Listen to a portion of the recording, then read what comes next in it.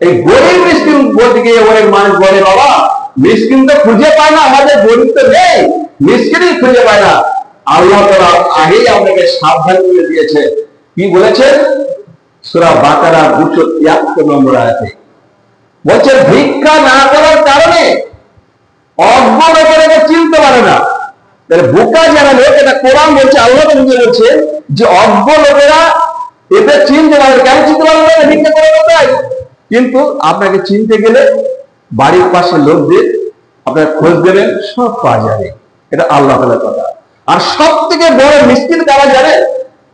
আপনি আবার হয়ে যাবেন, আপনার বাড়ির পাশে হতে আছে, ছেলে চাকরি করে, বড় ব্যবসায়ী, মা বিধবা, মা আলাদা করে খায়, আপনি খোঁজ নিয়ে দেখবেন তার থেকে বড় মিসকিন মনে হয় কেউ নেই। সে ছোট ভিক্ষা করে অনেক সে খোঁজ দেবেন, মায়ের খোঁজ দেবেন, তার চোখ দিয়ে পানি ঝরে যে আজকে যদি আমার স্বামী বেঁচে থাকতো, আমার জন্য দুটো হয়তো ফল এনে দিত। আজ ছেলের কাছে চাইতে পারছি না, কোথায় জানি না কোন বড় মাটি বলে। ভোরে ভাত খাওয়ার সময় তার চোখে পানি পড়ে মাঝে মাঝে যে আমার জন্য স্বামী বেঁচে থাকতো, আমার নিশ্চয় একটা মাছের চাপা মেরে দিত। বুক পেরে যায়, কথাটা আমরা জানি।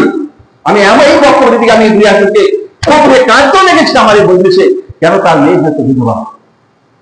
তাই ভাববেন, চেষ্টা করবেন এই বিধবাদের বাদ না দেওয়ার, তাদের আসতে হবে না। খুব সহজ ইসলাম। আপনি আগে মিস্ত্রি দেখবেন, এখান থেকে গাড়ি করে তার বাড়িতে পৌঁছে দিয়ে আসবেন। চাল যেটা আমরা করি, আমরা দিনে দেওয়ার পরে তারপর আমরা এসে নামাজ পড়ে বাড়ি যাই। কেন হবে না? ইসলাম সহজ। পরিষ্কার ভাবে কবরের 17, 22, 32, 34 নম্বরে আয়াত আছে, আমি আমার দিনকে মানুষের জন্য সহজ করে দিয়েছি। কিন্তু কঠিন কেন হলো? আমাদের নিজস্ব মতামত আর সত্যের সঙ্গে মিথ্যার মিশ্রণ বানানোর ফলে আজ ইসলাম হয়ে গেছে বড় কঠিন, যেখানে চাল আর ডালের খেতুড়িতে আলাদা করে আবাদ হয়ে যাচ্ছে। তাই প্রত্যেকটা মানুষের জ্ঞান অর্জন করতে হবে। সত্য মিথ্যা জানা যাবে তখনই যখন আল্লাহর ভয় আপনার মধ্যে ঢুকে যাবে। ঠিক আল্লাহ আপনাকে জ্ঞান দিয়ে দেবে। সূরা আনফালের 29 নম্বর আয়াত আল্লাহ তাআলা পরিষ্কার বলছেন, তোমরা যখন আমাকে ভয় করবে, আমি আল্লাহ তোমার বিবেকে হক বাতিল পার্থক্য নির্ণয়ের জ্ঞান প্রদান করব। এটা আল্লাহর ভয় করেন, আমাকে নয়। আজ এই মজলিস নয়, আজ দাওয়াতের কাজ নয়, আপনার বিবেক আপনার সবচেয়ে বড় শিক্ষক। সেই আপনাকে জানিয়ে দেবে কোনটা ঠিক কোনটা ব্যাঠিক। তার জন্য ঠিক দরকার আল্লাহ ভয়। এ তো গেল। তারপরে কি করছি? গরিবটা পায় না, ভিক্ষুক পায় না, যার হক নয়। আমরা মাদ্রাসায় বস্তার পর বস্তা চালিয়ে যাচ্ছি। আপনাকে ভাবতে হবে কি মানুষ না। যদি দেখেন মাদ্রাসার শিক্ষক মিসকিন, তাহলে কয়েক বস্তা চাল বাড়িতে দেন। যদি দেখেন মাদ্রাসার কয়েকটা ছেলে তারা মিসকিন, তাদের বাড়িতে চাল দেন, সেদিন যাবো তাই নিয়ে এসে পড়াশোনা করতে পারে, সবকিছু যোগাতে পারে।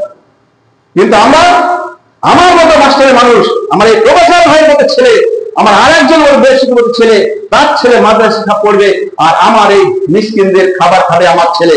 আমি শিক্ষকতা যে মাদ্রাসায়, সেই গরিব মিসকিনের হক আমি খাচ্ছি। এই হক খেয়ে কোনদিন জান্নাত যা যাবে না। পরিষ্কার শুনুন, যার হক তাকেই পৌঁছে দিতে হবে।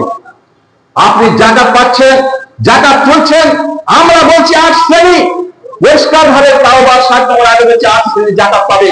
তার মধ্যে একটা আছে ফি সাবিলিল্লাহ, আল্লাহর রাস্তায়। তারা জানেন, এরা ছিল সেই সময় যারা দ্বীন ইসলামকে প্রতিষ্ঠিত করার জন্য লড়াই করেছে, যুদ্ধাস্ত্র কেনার জন্য, সেই তাদের আমাদের চিকিৎসা করার জন্য তাদের দেওয়া হয়েছে সেই জাকাত। কিন্তু আমরা সেই জাকাতটা এখন কাদের দিচ্ছি? ভাবতে হবে। আমার যদি 10,000 টাকা জাকাত হয়, এই জাকাতের মালিক আমি নই। টাকাটা আমার ছিল ঠিক আছে, জাকাতের মালিক আর আমি নই। আমাকে যার হক তাকেই পৌঁছে দিতে হবে।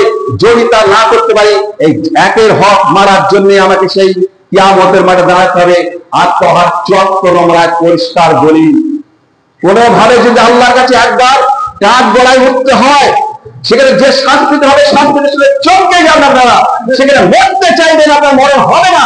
আপনি বাঁচতে চাইবেন, আপনার বাঁচা হবে না। এত কঠিন শাস্তি। তাই এখন থেকে আপনারা সতর্ক হয়ে যান, যার হক তাকেই আপনাকে পৌঁছে দিতে হবে।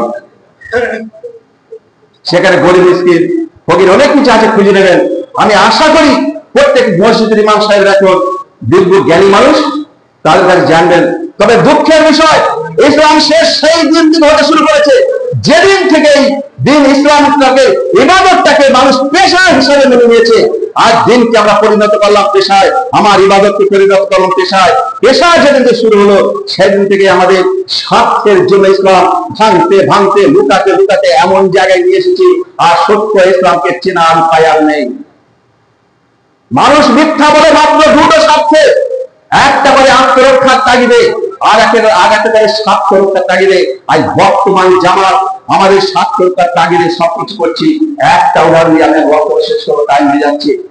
আল্লাহ তাআলা পবিত্র কোরআন মাজিদে সূরা বাকারা 26 নম্বর আয়াতে সামনে করেছেন, সেখানে পিঁপড়ের কথা বলা আছে, মৌমাছির কথা বলা আছে, ছোট খাটো কীট সমস্ত কথা বলা আছে।